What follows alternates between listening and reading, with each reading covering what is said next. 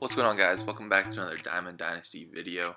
If you are new to the channel, please consider hitting that subscribe button. I'd appreciate it a lot. And I'm going to be putting out lots of these MLB Diamond Dynasty videos for you guys.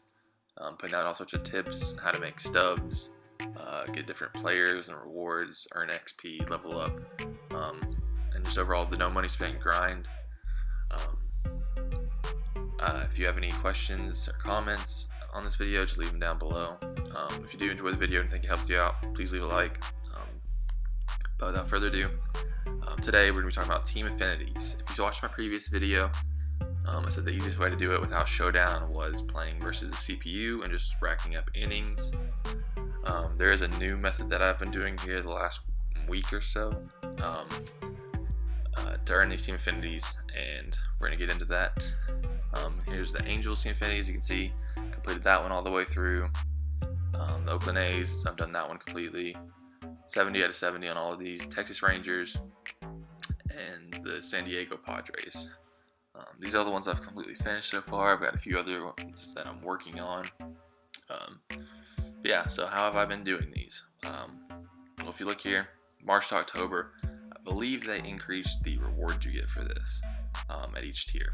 So this dynamic difficulty, you can see you get from 4 to 18 points at the All-Star break, which is halfway through the season. Then again at the end of the season, you get 4 to 8 for winning your divisional series, 8 to 16 for a championship series, and then 12 to 24 the World Series.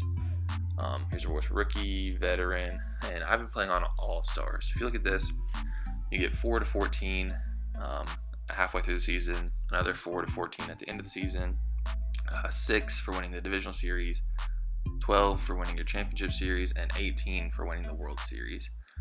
So the 4 to 14 ranges, that's just based on your performance and how well you do. I've gotten a lot better at hitting, especially on All-Star, just playing this over and over with different teams.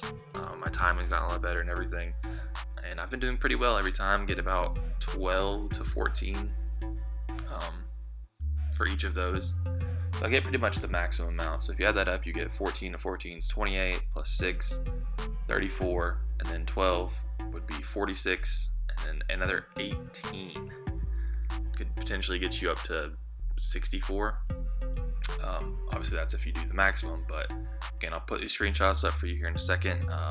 For my run that I recently did with the Oakland Athletics, you can see here in the first half of the season I got 13 affinity points, another 13 for the second half, and then for winning my divisional series or championship series, I got 12. I didn't get a screenshot of the divisional series, which is the first round, but I just got a standard 6 that it shows there.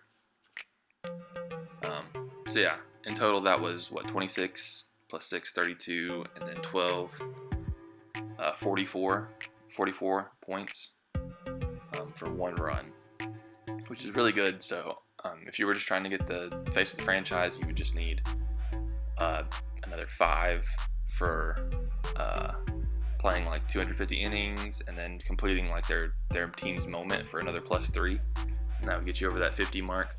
But as you can see, I've actually completed these all the way to level 70, and that's because if you look here, you get 4,000 stubs and then 6 team affinity packs. And these team affinity packs are basically just standard packs. As you can see, it just says 4 players plus 1 item. These are literally just the same standard packs you get in the shop for 1,500 stubs each. So if you value them that way, these are technically 9,000 stubs worth of packs, along with the 4,000 stubs you get at 60 team affinity points right here. So I recommend going all the way through, getting the 70 out of 70. But if you want to know where March October is, here in the main menu, go over to play, March October. If you hit continue, it'll load up one of your previous ones. You can't see it on the screen right now. It's because the PlayStation recording blocks it, but I'm just going through all the files I have. I'm going to start a new one here for you guys. And let's go with the Chicago White Sox, I guess would be good. Yeah. Try to get that Moncada. As you see here, projected wins are 75 plus. So your performance, I think it's kind of based on how well you play, but also like how many wins it shows that win differential on each of those screenshots. So if you perform way better than your team was expected, I think, sorry about that. I think that helps a lot, but you can see as soon as you start March to October, it loads you into your opening day game for that team. So we're playing the Kansas City Royals here. Again, this one's on All-Star, and a lot of these just drop you into moments. They're basically none of them are full games. They usually drop you in like the 6th, 7th, sometimes 8th inning, something like that, or sometimes you'll just be in the 9th inning, like trying to close out a win with like 1 or 2 outs with your closer. So just little tiny moments. And this one you can see we start at the top of the 6th, already up 2-0, which is nice. And we're just gonna kind of go through this game. I'm not gonna play through this entirely for you guys. I'll kind of skip to the end and show you guys what happens after each game and how the whole March to October thing works if you're not familiar with it. So I will come back at the end of this game. As you can see, we just struck him out for the win, and we get our XP. And you see, opening day win. Momentum sparked these little fires. So momentum is really huge in March to October. It affects how the computer plays all the simulated games, because you don't play every game either. Again, it's moments. So this was opening day, for example.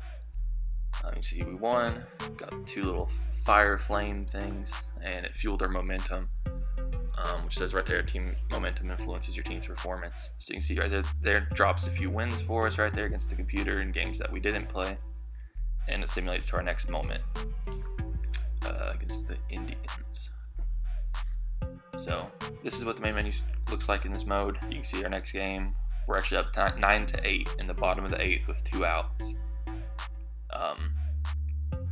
So we only have to play a few like not even 2 full innings for that game. And if you look on the bottom here, it says current game 5. You can kind of track where you are in the season, since it simulates a bunch of games. You can see your team's divisional standing right there. We're 3-2, which isn't great. But if we'd have lost that opening day game, the momentum would have been a lot worse for us, and you can have like negative momentum when your team is cold if you lose some of those key moments. So I've lost that first game before, and my team ended up going 1-7, I think, by the time I played my next moment, just because of the simulation. Because again, that negative momentum carried over, and it is important. But yeah, so you'll get your rewards again at each of those 5 gates. So at the All-Star break, end of the season, and then after each series in the playoffs. And here, I'm just going to show you another file that I have. This is a tip I wanted to give you guys. This is my Oakland A's. As you can see, I had 70 out of 70 on the Oakland A's, but here, I made it to the World Series. I haven't played the World Series yet. And the reason for that is, if you look at these team affinities, go to the Oakland A's, as you see again, I'm 70 out of 70. You can't get more than 70 points right now. So even if I played that World Series, I wouldn't get any extra progress. I'm capped at 70. But if you read here, Stage 2 Spring, I believe this next stage is going to come out relatively soon, probably April or May-ish. And we're going to get new, I don't know if there's going to be new face to the franchise players, if they're going to upgrade them somehow through this. But I'm going to leave that World Series just right there waiting for me to play. And I believe it was, how many points do you get for World Series? I think it's like 18 on All-Star. So that'll give me 18 affinity points. So I have those sit there just waiting for me whenever that new series comes out. And are in progress towards Stage 2, towards whatever next player comes out, or whatever other rewards they have. So again, if you guys reach your cap at 70, just hold off on those games you can. Your save file is just going to stay there, it won't go anywhere. So I'm going to go through and play that World Series, like I said, when that comes out, and get all those points. But yeah, that pretty much wraps it up. Again, I do recommend getting all the way through 70, getting those stubs, getting those standard packs, basically is what they are. If you guys are confused about any of this, have any questions, just drop them down below. I really enjoyed answering you guys' questions and interacting with you guys in the comments. And a lot of you guys seem to be enjoying these videos, and I really appreciate that. Gonna try to keep pumping these out for you guys, several videos a week. I don't have an exact schedule right now, but I'll try to get you guys at least 3 or 4 videos a week going forward.